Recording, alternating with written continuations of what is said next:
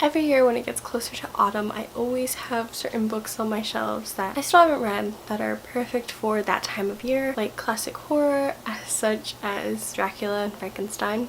Never read them. Would love to read them. So this year I actually want to read all of the books that I've been wanting to read each time autumn comes around but never do. I am going to show you all those books, including new ones that I have acquired that I want to read during that season as well, because it's just nice and cozy, and autumn is the best season. It's my favorite season anyways. I just want to read all these books during that time. The first book that I have to show you is one that I am currently reading right now and will be continuing reading it during the fall season because I am not done with it, but I am getting close to finishing it and it's really good so far. I really like it. It's becoming one of my favorite books of all time. That's how much I like it. And I haven't really seen anybody talk about it that much. I found it from a TikTok video because I was searching for book recommendations. I was gonna make a video where I read books recommended from TikTok, and a lot of the books that you find on TikTok that people recommend are roughly the same, so I was trying to find like different ones or ones that I already had on my bookshelves, and I came across this one. Don't know what video it was from or who recommended it. I can't remember. I was just screenshotting stuff, but I saw this book and I was like, that looks very interesting, and it is very interesting, the premise and everything, and even reading it. It's a really unique book in the way that it tells the story and also the way that you can read it. So that book is Crossings by Alex Landrigan. I say Landragon, but it's probably not Landragon. This is the book I'm currently reading. Basically, you can read this cover to cover, like a regular book that we've all read, right? Or you can read it in this different page sequence, like the sequence of the pages that they go by. That's how it is. You see down here, it'll tell you where you can read the pages at, and then it will have that at the little bottom of the page so that you can go on to the next page. Really interesting how you can read it from swapping different pages. And it's so much fun going in between the book and they're like, oh, okay, now I have to go back to the front, back to the back. You literally start in the middle of the book if you read it that way. It's the most unique book I've ever read, and it's so interesting. Basically, to tell you the premise of this book now. This lady, who is called the Baroness, she finds these 3 different manuscripts that she wants this bookbinder to bind together. Before he's able to bind them all together, she dies. I think it says she got murdered. He's unable to give it to her before she dies. She leaves them a note not to read the book. He goes and reads it, discovers something very interesting and fascinating about the books. Baroness wrote a little note of how to read the book in a different way. That's the way I'm reading it right now. And the bookbinder's wife finds that little note and then she reads it that way. So after his wife reads it, she tells him about the way that she read it and the story that she uncovered through reading it with the way that the Baroness left it. And they come to find that they read a completely different story and the sequence of events unravel in a different way. If you're gonna read this book, definitely read it in the Baroness sequence where it shows you on that little page, because I feel like if I was reading it just one story to one story to one story, wouldn't like it as much. I'm really glad that I chose to read it that way, because I was gonna read it one way and then go back and read it the other way, but definitely read it in the sequence order that it leaves at the beginning of the book. I think you would enjoy it a lot more better that way. I definitely am. So it has 3 different stories in here and they all weave together in a very unique way. The first is a ghost story penned by notorious 19th century French poet Charles Baudelaire for an illiterate girl. The second is a noir romance set in Paris on the eve of Nazi occupation, purporting to be the work of exiled German Jewish philosopher Walter Benjamin. The third is the fantastical memoir of a woman claiming to inhabit many bodies across multiple lifetimes as she searches for her lost love. As the connections between this cast of unforgettable characters deepen, their stories merge into an extraordinary tale of separated lovers held captive by an ancient law, finding and losing love again and again. It's so good. This, first and foremost, is a love story, but it's not your typical love story. I don't like romance books, and this is a romance. I like it a lot. I think it's because it's a very unique way of telling the story, with it weaving back and forth in between the 3 books, and they all connect. They're all by different people, and it's so unique to see how that fits. And I can't tell you anything about the book because it'd give away everything. And this is a good book to go into it with just knowing that little snippet in the back, and that's it. Just read the little summary on the back and you're good to go. That's what I went into it expecting. Me and my friend, we found this at the bookstore when we were doing our little book swap thing, and I was picking out a book for one of my friends, and we were like, oh, this seems so interesting, like figuring out which one I should get her, and I got this one for myself instead, and I gave her a different one. This is not what me and my friend, when we were looking at it, thought going into the book, and I'm glad. And it really captivates you in the story it's telling. Yeah, I don't know what to say else, but it's really good. I spent 9 minutes talking about this book. On to the next book. The next book that I have that I want to read during the autumn, I am also currently reading right now because I was intrigued and I couldn't wait any longer to pick it up, so I just started reading it in the midst of reading that book as well. So that is Voices, Final Hours of Joan of Arc. This is interesting because I also found this at Barnes & Noble's and I did not even know it existed. I saw it on the shelves in the poetry section. I was like, Joan of Arc wrote poetry? Interesting. She did not, by the way. She was illiterate. She couldn't read or write, so I found that out before I started reading this, but I really like it so far. I'm on page 51, but basically this is the author taking the account of her trial before she died, everything that was like said in that, and weaving it into like her life as like just Joan, and then like her being a warrior in the battle. I don't even know what battle it was, but the battle that she fought in as a knight. Poetry in here is really good. So basically you have like the trial account, and then from that trial account there's a little snippet that he takes and he puts in a poem form, and then he takes that, all of those two, and puts it in like something that Joan would actually say herself, and like her take on what's happening. Very interesting. So the parts that say Joan, they're in like spoken word. And then what's even cooler is I was looking at the back of the book in the acknowledgement section and everything. It talks more about the book and how he wrote it. He put each of the poems in a form of how it would have been written in the time that Joan was alive, which was really cool. And in the back it has all the ways that was popular for poetry back in the 1400s, how he incorporated those different types of poetry throughout the different poems that he wrote in here. So I was like, okay, that's super cool that it's actually a reflection of the time that Joan was alive. So I like this so far. Thought I was gonna be disappointed in it. Not at all. I'm excited to finish this and see what I actually think of the overall thing. I think I'm going to love it. If I'm 50 pages in and I actually like it, so cool. Next book is a book that I've been wanting to read for a while. It's a classic and I started reading it like last year. I'm on page 81, but I haven't finished reading it, so I hope to finish it in this autumn. That is The Picture of Dorian Gray by Oscar Wilde. This book, I did not know what happens in this book, but I do now because people were talking about it and I was watching YouTube videos and everybody was like, oh yeah, Picture of Dorian Gray, so great, plot twist, and like, oh my gosh. And I was like, I didn't know that happened, but now I do. All I knew was that there's a guy named Dorian Gray and he gets his picture painted. That's all I knew because it's called The Picture of Dorian Gray. But anyways, I'm excited to read this, finish it. I'm loving it so far. Really loving Oscar Wilde's writing in this. After this, I will definitely look for more Oscar Wilde books and read them because I'm really enjoying this. If you don't know, The Picture of Dorian Gray is about this man, Dorian Gray, gets his portrait painted, looks at the painting, he's so beautiful, he's so young, and just wishes that he could retain that youth and beauty forever, as the painting will contain his beauty and his youth forever. And that is the premise of this book and what he deals with that. The next book that I want to read is a reread actually, and it's one of my favorite movies. Wouldn't necessarily define it as one of my favorite books, but I really do enjoy it and love it, and that is Coraline by Neil Gaiman. I want to reread this. I read this last year? No. Did I read this in 2019? I think I read this in 2019. It was in October, August, September, one of those months. But I read it. I really like it. I love the movie a whole lot more. There's like different aspects that are not the same as the movie. Not really big ones though, but it's just YB's not in it. YB's not a character in this book. He's only in the movie.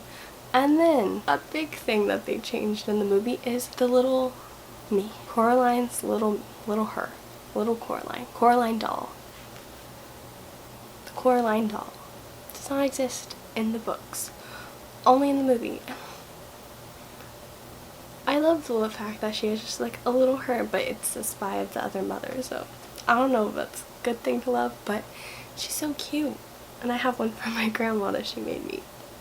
She's so cute. I didn't have her without the movie. I do want to reread this. I fell asleep like 20 times reading this because Neil Gaiman writes like classic fairy tales. What are fairy tales if not to read to make your children fall asleep? Classic fairy tales. He writes so good though, so I'm excited to reread this Halloween autumn season and have my little Coraline doll with me as I read. Perfect. With a cup of tea.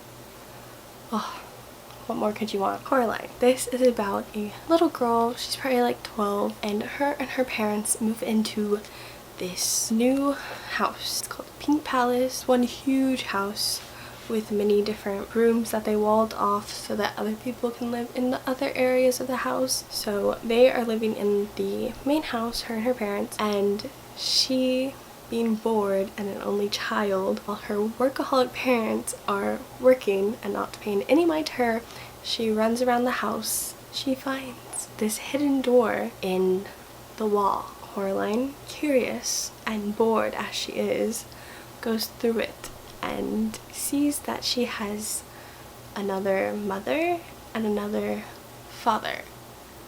Will she stay? Will she leave? Is it dangerous? Is it okay? I don't know. That's what the book is about. Next book I have is The Haunting of Hill House by Shirley Jackson. This, I've watched the movie with Owen Wilson and Liam Neeson. Watched that one. That one I don't know, is that more like, I think that one's more like the book than the Netflix show. I watched the Netflix show. It was really good. But I really want to read the book because I've never read the book. And I just want to see if I like the book or not. I bought this last year, was gonna read it, never did, and it's so short and I'm like, why didn't I read that? This is about a house on a hill. This is about a haunted house, that's all you need to know. And there's this doctor who's wanting to do an experiment with people, and so these 4 people, do they have insomnia? He puts them in the house to see what would happen. I don't know why or for what, but that is the premise of this book. Another book I want to read this autumn is Something Wicked This Way Comes by Ray Bradbury. This I have no clue what it's about. I think it's about a carnival and these 2 kids are at a carnival and something happens. Something scary. Heard about it, never read it, don't know too much. Want to read it. Another book that I finally want to read in the autumn is The Lord of the Rings, The Fellowship of the Ring by J.R.R. Tolkien. I want to read this. I read The Hobbit a few years ago, finally, and I started reading The Fellowship and I got to page 98. This is so slow. Sam and Frodo and Merry and Pippin are not even out of the Shire yet. They haven't even made it to the Prancing Pony where they meet Aragorn, and it's 98 pages already. But this is my favorite movie ever. I'm excited to finally read the book and see what all of that is like, and the world that J.R.R. Tolkien created in the book form exactly as he created it. So interested to see if I actually do like these more than the movies. I liked The Hobbit, the book, more than the movie, just because I think the movies were all, it didn't need to be 3 movies. It could have been even 2. It could have been just 2. It didn't need to be 3 movies. Like these could have been like 5 movies or something because so much stuff happens, but no, they're just 4 hours long each. So excited to read this. I really do want to read the rest of the series as well. The 2 Towers and The Return to King. So maybe I'll finish this one. And I'll be able to read the other 2 and finish the entire series. And the Silmarillion. That as well. So hopefully I'll get around to reading these this autumn. Maybe I'll do a reading vlog and have all my thoughts about if I like this or the movie better. Another book that I always say I'm going to read around the time of autumn is one of Agatha Christie's novels, and that is Halloween Party, because it says Halloween Party. So I'm guessing this is about a Halloween party and a murder happens. Ooh, it's about a 13-year-old and she says that she saw a murder at a Halloween party and everybody thinks she's lying because she has a reputation for lying. Interesting. So I really want to read. This font is so small. One of my Agatha Christie books that I have in my little collection that I've gotten, and I haven't yet. The only Agatha Christie novel that I've read is And Then There Were None, so I want to change that by reading this for autumn. I really want to read this during October though, because it's called Halloween Party and Halloween is in October. Another book that I want to read in the autumn is a wonderful classic that everybody loves and adores. Well, I don't know everybody, but most people love and adore this book, and that is Frankenstein by Mary Shelley. I've never read this book. The classic horror movie by Universal, The Frankenstein, I haven't watched that. The only classic horror like monster movie that I watched was Dracula last year, because was it this year? It might have been this year. It was Dracula. My dad bought the entire box set collection of all the classic horror films. I've only watched Dracula. I need to have a marathon of that too. And I always tell myself every year during like September, October that I'm gonna read this as well as Dracula. I never do. So this year I really want to read this. I will probably do a reading vlog of me reading Frankenstein and Dracula because they're very popular books and we all know what happens in them. I actually don't know what happens in Dracula. Well, actually I do. I watched the movie. I have an idea now. I just can't believe that Mary Shelley wrote this, because her and her friends were like, ooh, I wonder who could write the best ghost story right now. And then she wrote this book. Out of a friendly competition with her friends on who could write the best ghost story comes this beautiful classic, Frankenstein. I need to do more writing challenges with my friends so that I can get books like this. Or at least one of us can. And the many times that we always like, we're gonna write a book. We never do. We need to have a writing competition. Maybe one of us will actually write a book then and complete it. But yeah, the next one is Dracula by Bram Stoker. Also another one that I just said that I need to read and I never do. I think because Frankenstein, it starts out with letters and I was like, this is weird. Also this has like diary entries and like journals, and I think I was a little taken back by that. I was like, that's weird, why is it written like that? And I think I just need to get used to the writing style in this and in Frankenstein, and who knows, I'll probably like love both of these books and they'll probably become a favorite of mine. I just need to read them. So this year, I'm gonna read them. Another book that I want to read is Crime and Punishment by Fyodor Dostoevsky. This is a murder story. It's a murder story told from a murderer's point of view. That's what it says on the back. I just think it's really interesting that you can write a murder story from the murderer's point of view. And this was originally in Russian, translated by Richard Huvier and Larissa Volochotsky. Probably didn't say their names right. I just think this is very interesting for being a piece of classic literature, and I think it'd be fun to read during autumn, so I'm very intrigued to read this. It's humongous too. Another book that I want to read is The Prestige by Christopher Priest. This is one of my favorite movies as well. I love the movie that Christopher Nolan made, The Prestige, with Hugh Jackman and Christian Bale. It's so good. I love like watching it for the first time and then going back and you're like, oh my gosh, I can't believe that's how everything happened, and how the plot twist kicks in and you're like, what? I need to rewatch that immediately. And I just love the magic aspect of this and the intrigue that it has, like with the two of them trying to compete for the best magician, and they both have an act that is not easily replicated and they each want to one-up each other, so they try to do another act that the other can't replicate, and the reason why it can't be replicated is crazy and you're like, oh, that makes sense now.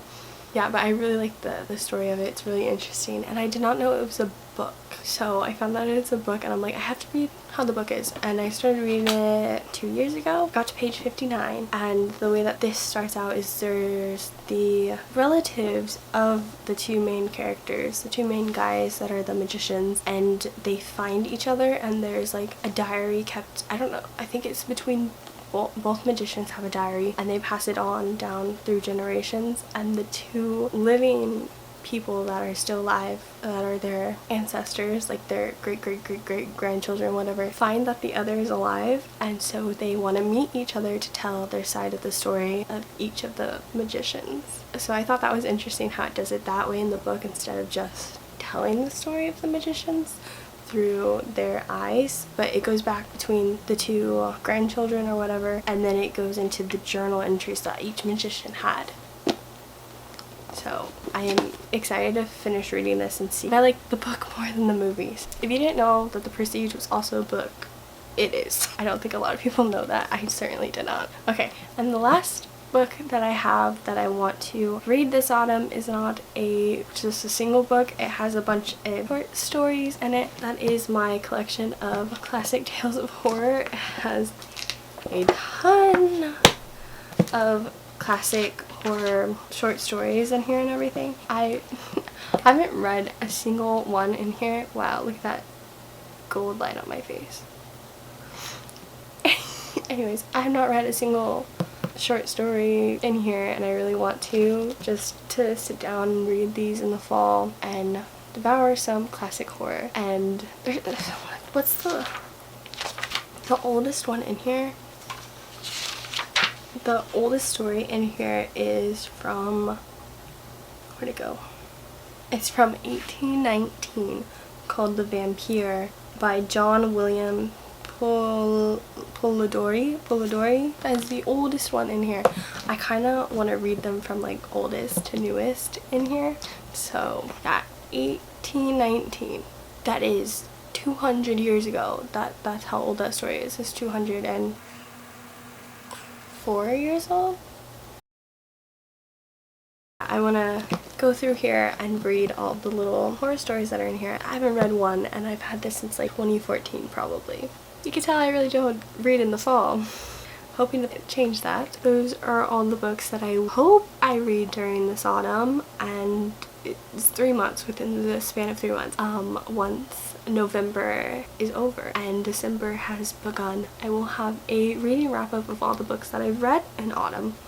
Hopefully I will have read all of these and more books, but those are just a collection of the books that I know I want to read and that I want to get to actually read during the fall, like Dracula and Frankenstein for one. But I will probably read just like random books throughout the fall as well, and who knows, I'll probably change my reading because I am a mood reader. I read when I want to and which book I want to, and I read multiple books at once. So as you can tell, I'm reading Crossings as I just started reading Joan of Arc. It's called Voices.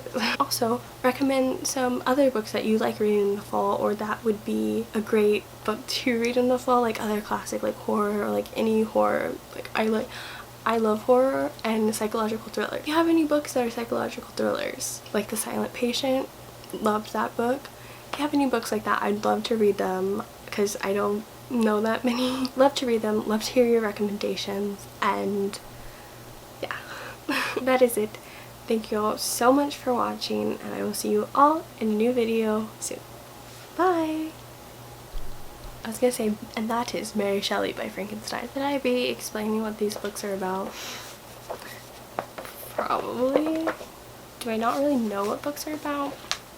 No. And his portrait of his face. Can you hear me? Probably not. I'm really bad at explaining things. Who love and adore it, love and adore it. Wouldn't necessarily.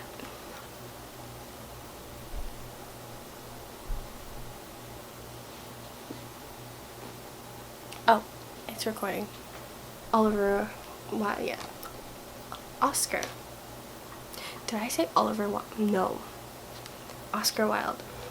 Anyways. Wonderful. Wonderful, wonderful, wonderful.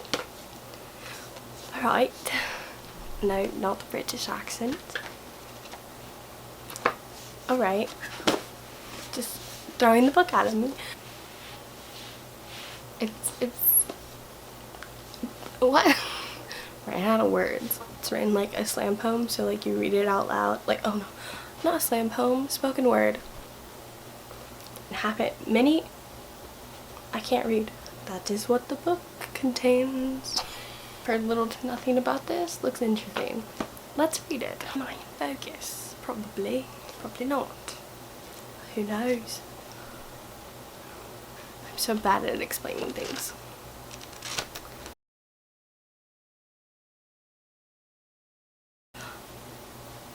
Is that a spider on my camera?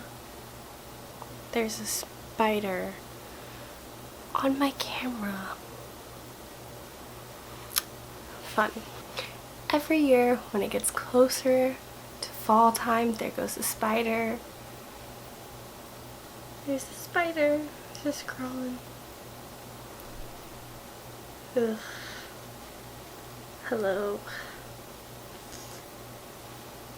Okay, anyways, hopefully the spider doesn't crawl on the lens. It's crawling again. Oh, it's gonna go on the lens. The spider just crawled on the lens. It's perfect for autumn. Spooky season. A spider is crawling on the lens. Perfect. I have to show you, there goes the spider again. The spider's on my mic. She wants this guy to bind these 3 manuscripts. The spider is flying. I don't know where it went. Oh my gosh, it's a tiny spider.